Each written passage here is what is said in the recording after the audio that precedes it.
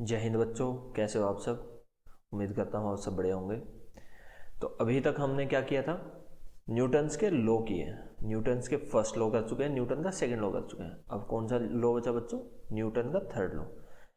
जैसे कि first law में आपने किया था कि इनिशियली इनर्शिया का बात किया था हमने। इनर्शिया ऐसी प्रॉपर्टी होती है जो एक बॉडी को मूव नहीं करने देती, और मूव कर रही है तो रुकने नहीं देती जब नेट एक्सटर्नल फोर्स जीरो है। ठीक है, उसके बाद अगला लॉ किया। अभी तो वो बात होगी जब कोई भी फोर्स नहीं लगा है, मतलब नेट एक्सटर्नल फोर्स जीरो है, तो न्यूटन का फर्स्ट लॉ। फिर आते हैं न्यूटन का सेकंड लॉ। जब नेट एक्सटर्नल फोर्स लगा हुआ है एक बॉडी के ऊपर तो बॉडी कैसे एक्ट करेगी, सो वो हो गया न्यूटन का सेकंड लॉ। और फिर थर्ड लॉ क्या बचा?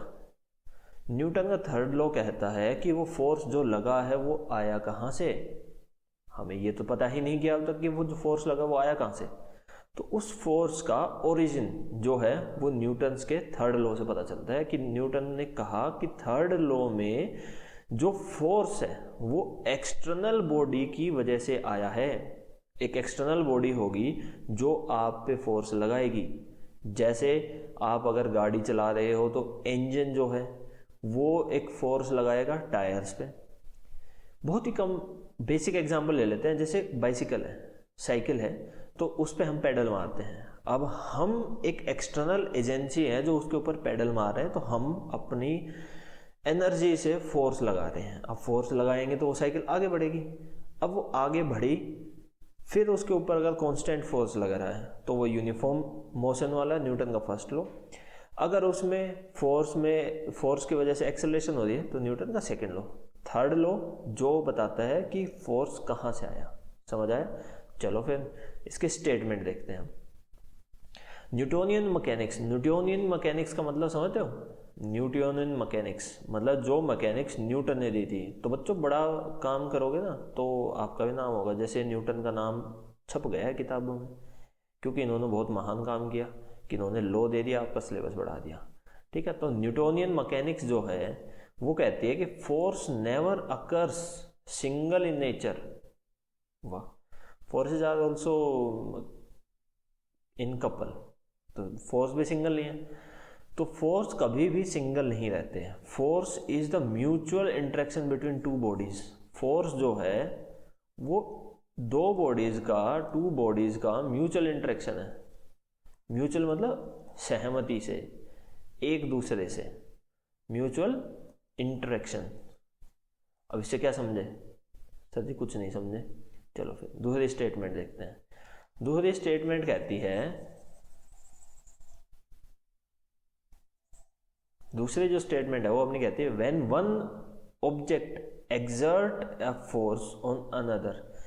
अगर एक बॉडी दूसरी बॉडी पे फोर्स लगाती है तो दूसरी बॉडी भी अपने ऊपर फर्स्ट बॉडी पे एक फोर्स लगाएगी, वो भी इंस्टेंटेनियसली। मतलब ये इसमें अगर हमने किसी बॉडी पे फोर्स लगाया तो ये नहीं है कि वो बॉडी थोड़ा सोचेगी कि यार फोर्स लगाऊं मैं नहीं लगाऊं, नहीं, वो बॉडी तुरंत के तुरंत एक्ट करेगी। और इंस्टेंटेनियस मतलब होता है बिना किसी देरी के, instantaneously exert a force back which is equal in magnitude but opposite in direction. जिसका मैग्नीट्यूड तो सेम होगा लेकिन डायरेक्शन ऑपोजिट होगी। अब इसका एक एग्जांपल समझो। जैसे ये है, ये वेइंग बैलेंस होता है, स्प्रिंग से बनता है। तो ये एक बी है, ये ए है, इसको दीवार से सटा के हमने रख दिया है। इसके बाद दोनों को अटैच कर दिया और इस साइड से हम इसको अगर खींच रहे हैं, ठीक है, तो ये क्या होगा, यहां पे ये जो बॉडी है ये इसके ऊपर एक फोर्स लगाएगी। ए जो है वो बी के ऊपर फोर्स लगाएगा इस डायरेक्शन में, और जो बी है वो ए के ऊपर फोर्स लगाएगा ए डायरेक्शन में। इससे क्या होगा, अब जो ये वेइंग बैलेंस है ये फोर्स ही मेजर कर रहा है। अब आपको वैसे फोर्स नहीं, ये तो वेट मेजर करता है। बेटा आपको पहले बताया था वेट जो है वो एक फोर्स का मेजरमेंट की क्वांटिटी है। तो वेट जो होता है वो mg होता है, और mg जो क्या होता है आपका फोर्स। तो ये फोर्स मेजर कर रहा है, कह सकते हो वेट मेजर कर रहा है, दोनों एक ही बात है। तो यहां पे जो फोर्स होगा, एक बॉडी राइट साइड में लगा रही है फोर्स ए, लेफ्ट साइड में लगा रही है बी, ठीक है। तो ये दोनों इक्वल एंड ऑपोजिट फोर्स लगने की वजह से क्या होगा, यह जो रीडिंग शो होगी यहाँ पे और यहाँ पे जो रीडिंग आएगी वो इक्वल होगी। मतलब यहाँ पे जो वेट शो करेगा, ये मान लेते 5 किलो शो किया है इसने, 5 kg, तो ए के ऊपर 5 kg होगा। यहाँ पे अगर फोर्स लगाते हैं हम, मान लीजिए और तेज कर दिया इस फोर्स को, और जोर से खींचा है, तो और जोर से खींचेंगे तो ये जो बॉडी फोर्स लगा रही है ये यहाँ तक आ गया, तो ये 10 न्यूटन हो गया। और 10 न्यूटन, सॉरी केजी हमने गलत लिख दिया, मास की यूनिट लिख दी 10 न्यूटन। तो यहाँ पे जो फोर्स है वो भी 10 न्यूटन होगा। मतलब ए और बी एक दूसरे के ऊपर सेम फोर्स लगा रहे हैं, ऑपोजिट डायरेक्शन में लगा रहे हैं, इंस्टेंटेनियसली लगा रहे हैं। तो न्यूटन का थर्ड लॉ है वो यही कहता है कि जो फोर्स लगेगा वो इंस्टेंटेनियस लगेगा, वो दो बॉडीज के ऊपर लगेगा। अब इसमें लिखा होगा when body exert a force on another. अब एक बॉडी दूसरे के ऊपर फोर्स लगाएगी, ये नहीं हो सकता कि बी जो है वो अपने ऊपर ही फोर्स लगाएगा, बी ए के ऊपर फोर्स लगाएगा, ए बी के ऊपर फोर्स लगाएगा। ठीक है, समझ आए? तो बॉडीज जो है वो एक दूसरे के ऊपर फोर्स लगाएंगे। अब इसके कुछ एग्जांपल आगे हम देखेंगे, तो उससे पहले कुछ एक स्टेटमेंट देख लेते हैं जो समझने के लिए बहुत ही जरूरी है। अब आगे बढ़ते हैं। अब जो ये दो फोर्स है ना, जैसे कि आपको बताया था कि ये दो फोर्स ऑपोजिट डायरेक्शन में लगेंगे। ऑपोजिट डायरेक्शन में लगने की वजह से क्या होगा कि एक फोर्स मान लेते हैं प्लस एक्स में लगा, मैंने स्विमिंग कर रहा हूं मैं या रनिंग कर रहा हूं, तो रनिंग करते हुए मैंने पैर जो है वो पीछे की तरफ पुश किया और मेरी बॉडी आगे की तरफ गई है। तो ये एक एक्शन है जो मैंने किया, और उसका रिएक्शन क्या हुआ कि जमीन ने मुझे आगे की तरफ पुश किया, तो वो रिएक्शन हो गया। तो फोर्स की डायरेक्शन देखो तो ये पॉजिटिव और ये नेगेटिव, समझे?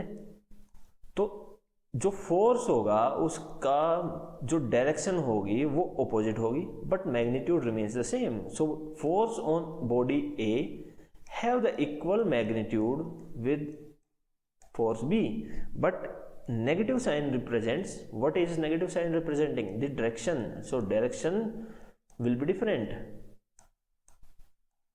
समझे? डायरेक्शन डिफरेंट होगी।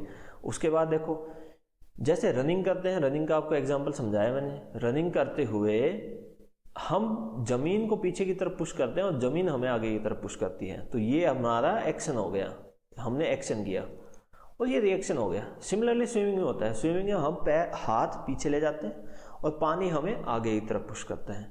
That is also a cause और that is also an example of Newton's third law.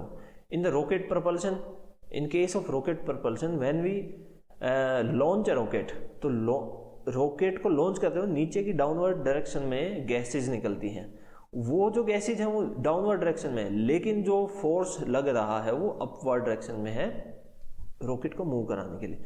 Gun जो है वो रिकॉइल होती है, गन का तो देखा होगा,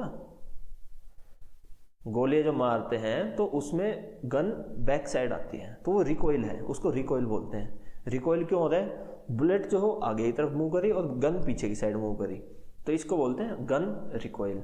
ये भी न्यूटन्स के थर्ड लॉ से। अब उसके बाद देखो, कुछ एक एग्जाम्पल आप अपने आसपास से भी दे सकते हो, क्या हो सकते हैं, जो भी आपके दिमाग में आता है वो आप बता सकते हो। कमेंट सेक्शन में जरूर लिखो ताकि आपकी थिंकिंग स्किल बढ़े। अब उसके बाद न्यूटन्स की ये जो स्टेटमेंट है कि हम एग्जाम में अगर आ जाता है न्यूटन्स थर्ड लॉ, उसको कैसे डिफाइन करेंगे? उसको हम लिख सकते हैं that Newton's third law can be defined as to every action there is always an equal and opposite reaction on two bodies. So Newton's third law can be, लिख लो इसको बच्चों, defined as to every action there is always a equal and opposite reaction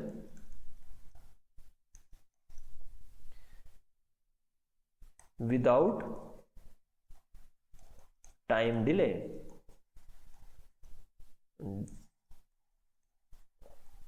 और bracket में लिख सकते हो instantaneously. ठीक है, ये न्यूटन का थर्ड लॉ बताता है कि to every action there is a reaction. और एक्शन और रिएक्शन का बच्चों इसका कोई ये मतलब नहीं है कि पहले ये होगा फिर वो होगा, मतलब पहले मैं रनिंग करूँ, पैर पीछे करूंगा उसके बाद आगे होगा, नहीं, इंस्टेंट होता है। जैसे ही मैंने पीछे की तरफ जोर लगाया, जमीन ने मुझे आगे की तरफ धकेल दिया। So the action will be quick, instantaneous. उसके बाद देखो एक्शन रिएक्शन जो है वो टू बॉडीज पे लगेगा। स्विमिंग करते हैं ना, तो हमने एक्शन किया, रिएक्शन किसने दिया? पानी ने। तो पानी ने रिएक्ट करके आगे की तरफ पुश किया हमें। तो action and reaction are on two bodies, not on the same body. तो दो बॉडीज के ऊपर होगा एक्शन रिएक्शन। दो bodies must have equal force. अच्छा, अब देखो ये चीज समझो इस चीज को कि अगर दो bodies have equal force but they can have different acceleration. मान लेते हैं कि दो बॉडीज हैं, एक ए है और एक बी है। अब हमने कह दिया कि न्यूटन थर्ड लॉ कहता है कि भाई सेम फोर्स होगा। अब सेम फोर्स होगा तो हम ये सोचने पड़ेगा force is directly proportional to acceleration, so force is greater then acceleration should be greater. नहीं, हमने ये भी ध्यान रखना है कि फोर्स जो है वो मास डिपेंडेंट भी है, मास डिपेंडेंट।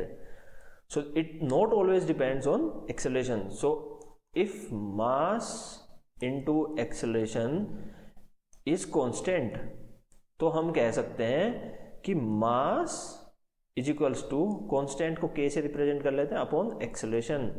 मतलब अगर फोर्स क्या है? कांस्टेंट है, तो जिसका मास ज्यादा होगा उसमें एक्सेलरेशन कम होगी। समझे?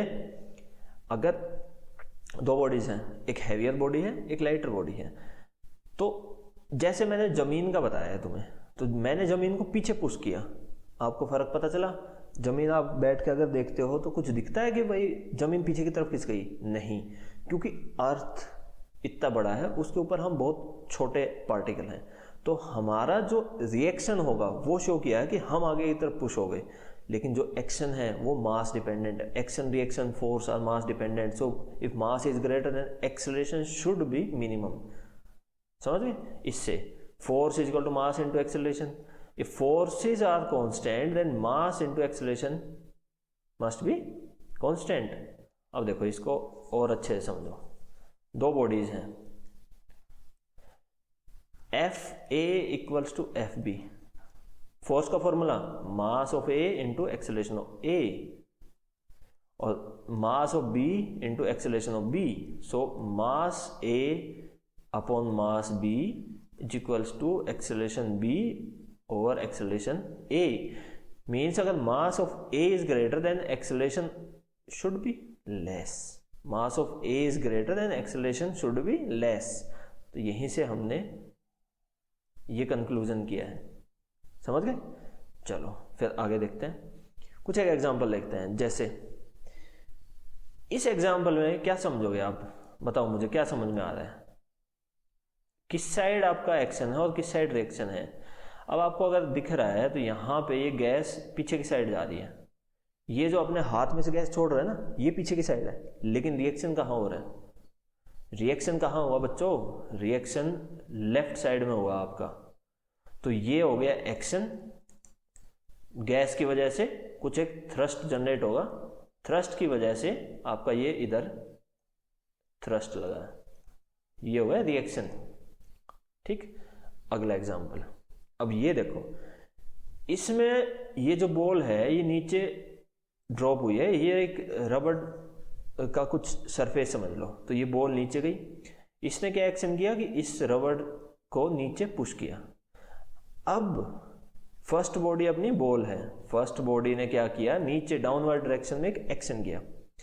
सेकंड बॉडी ये है रबड़, ये क्या करेगा? ऑपोजिट डायरेक्शन में एक रिएक्शन देगा, उस रिएक्शन की वजह से ये बॉडी फिर से अपवर्ड डायरेक्शन में गई।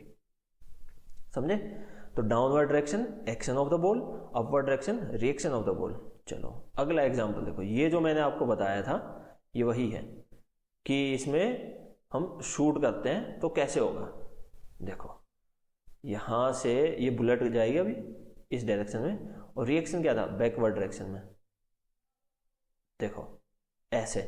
सो इसको बोलते हैं recoil, recoil of gun. Action की साइड, बुलेट गई आगे की साइड। अब बुलेट बहुत हाई स्पीड से गई है, देखो पीछे बताया था ना, फोर्स जो होगा डिपेंडेंट है वेलोसिटी से। सो अगर बुलेट बहुत हाई स्पीड से गई है लेफ्ट डायरेक्शन में, तो फोर्स उसको ऑपोजिट डायरेक्शन में, क्योंकि लेफ्ट में राइट में फोर्स सेम लगेगा। गन के ऊपर बुलेट लेफ्ट में गई है, गन राइट में गई है, तो हाई वेलोसिटी की वजह से फोर्स बहुत ज़्यादा जनरेट हुआ, तो ये रिकॉइल होता है। किसकी वजह से? Action reaction, third law. अगला देखो, ये रनिंग का जैसे मैंने आपको बताया था, अब ये रनिंग कर रहे हैं तो यहाँ पे ये जो पैर है ये पीछे की साइड आपका फोर्स लगा रहे हैं और हम आगे की साइड दौड़ रहे हैं, समझे? तो इसमें भी आपका एक्शन रिएक्शन वर्क कर रहा है properly. We are moving, this is reaction, और एक्शन क्या हुआ? हम पैरों से लेफ्ट में जमीन को पुश कर रहे हैं, ये एक्शन हुआ। अगला एग्जांपल देखो, बहुत ही इंटरेस्टिंग एग्जांपल, स्विमिंग। हम देखो क्या कर रहे हैं, अपने हाथों से इस पानी को पीछे धकेल रहे हैं। पानी को हम पीछे करते हैं तो हम कहाँ आते हैं? आगे। तो पानी हमें आगे की तरफ पुश करता है, हम पानी को पीछे की तरफ पुश करते हैं, तो ऐसे हमारी मूवमेंट आगे की तरफ होती है। और देखते हैं रॉकेट वाला एग्जांपल। रॉकेट में क्या है, ये डाउनवर्ड थ्रस्ट है, डाउनवर्ड ये गैसेज निकल रही हैं बहुत हाई वेलोसिटी से। उस हाई वेलोसिटी की वजह से एक फोर्स जनरेट होगा जो अपवर्ड डायरेक्शन में इस रॉकेट को लेके जाएगा। So downward direction is the action of gases and upward is our reaction of rocket. So आपके एग्जाम में अगर पूछते हैं तो ये सब आप एग्जाम्पल बता सकते हो। मैंने वर्बली आपको बोल के समझाया, इसको आप लिख सकते हो तो कमेंट सेक्शन में बताइए कि यस सर लिख सकता हूँ, नहीं लिख सकते तो भी बताइए कमेंट सेक्शन में, ताकि अगली बार हम इसको ध्यान से लिख लें। तो शुरू से अगर देखें तो example of Newton third law, यहाँ से स्टार्ट करते हैं। When a ball drops on a rubber surface then that rubber surface will apply a reaction force on the ball and the ball moves in upward direction. You can write this example. During the firing of the bullet, there is a recoil in the gun. So that is also action and reaction. Action is the movement of the bullet and reaction is recoil of the gun. Then during running, we are pushing the ground backward and we are moving in forward direction. During swimming, we are pushing the water backward direction and the reaction force by the water is in forward direction. So this will be the example. In the rocket propulsion, rocket gases exert downward thrust and the ground gives the reaction force in upward direction. ठीक है, तो ये आपके कुछ एक example हो जो आप लिख सकते हो। चलो फिर आज की वीडियो में यही सब एग्जाम्पल, और अगले लेक्चर में देखते हैं कंजर्वेशन ऑफ मोमेंटम, मोमेंटम क्या होता है, ये सब चीज़ें समझते हैं, और मे भी कोलिजन भी कर लेंगे, देखते हैं कितना टाइम होता है। अभी इस वीडियो में तो इतना ही काफ़ी है। चलो फिर मिलते हैं अगले वीडियो लेक्चर में। So take care, thank you and bye. मे भी न्यूमेरिकल भी कर लें हम अगले लेक्चर में, जो भी सूट करेगा वो देखते हैं।